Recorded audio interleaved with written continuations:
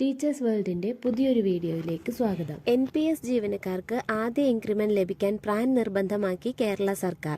NPSൽ ഉൾപ്പെട്ട ജീവനക്കാർക്ക് permanent retirement account number PRAN registration നിർബന്ധമാക്കി കേരള സർക്കാർ ഉത്തരവിറക്കി.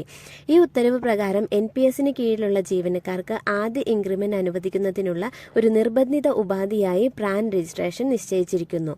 ഉത്തരവിലെ പ്രധാന നിർദ്ദേശങ്ങൾ: NPSൽ ഉൾപ്പെട്ട ജീവനക്കാർക്ക് ആദ്യ ഇൻക്രിമെന്റ് ലഭിക്കുന്നതിന് പ്രാൻ രജിസ്ട്രേഷൻ നിർബന്ധിതമാണ്.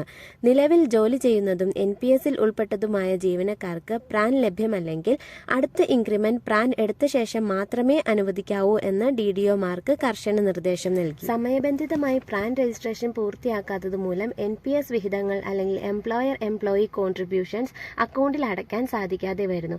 ഈ കാലയളവിൽ ജീവനക്കാരൻ മരണമടഞ്ഞാൽ ആശ്രിതർക്ക് NPSൽ നിന്നോ സംസ്ഥാന സർക്കാരിൽ നിന്നോ അർഹമായ ആനുകൂല്യങ്ങൾ ലഭിക്കാതെ വരുന്ന സാഹചര്യം സർക്കാരിന്റെ ശ്രദ്ധയിൽപ്പെട്ടതിനെ തുടർന്നാണ് നടപടി.